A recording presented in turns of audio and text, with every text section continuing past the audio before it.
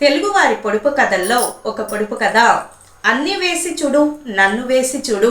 ఏమిటో చెప్పండి. మనము కూరలో ఎన్ని వేసినా, ఎన్ని మసాలాలు వేసినా, ఎన్ని మసాలా దినుసులు వేసినా, కారం అలాగే పసుపు, ఎన్ని రకాలైనటువంటి కూరగాయలు వేసినా ఒక్క ఉప్పు గనక వేయడం మర్చిపోయామా, ఇక మనము తినడానికి రాదు. అలాగే ఉప్పు ఎక్కువైనా కూడా తినడానికి రాదు. తగు మాత్రంగా సమపాలంలో ఉప్పును ఖచ్చితంగా వేసి మరి తినవలసిందే.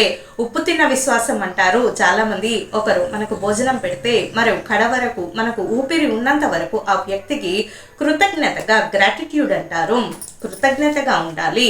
కృతజ్ఞత ఎవరెవరికి ఉండాలి? మనకు సహాయం చేసిన వారికి, మనకు ఇంతటి మంచి జీవితాన్ని ఇచ్చినటువంటి భగవంతునికి ఎప్పుడు కృతజ్ఞతగా ఉండాలి. గ్రాటిట్యూడ్ అనేది తెలుపుతూ ఉండాలి.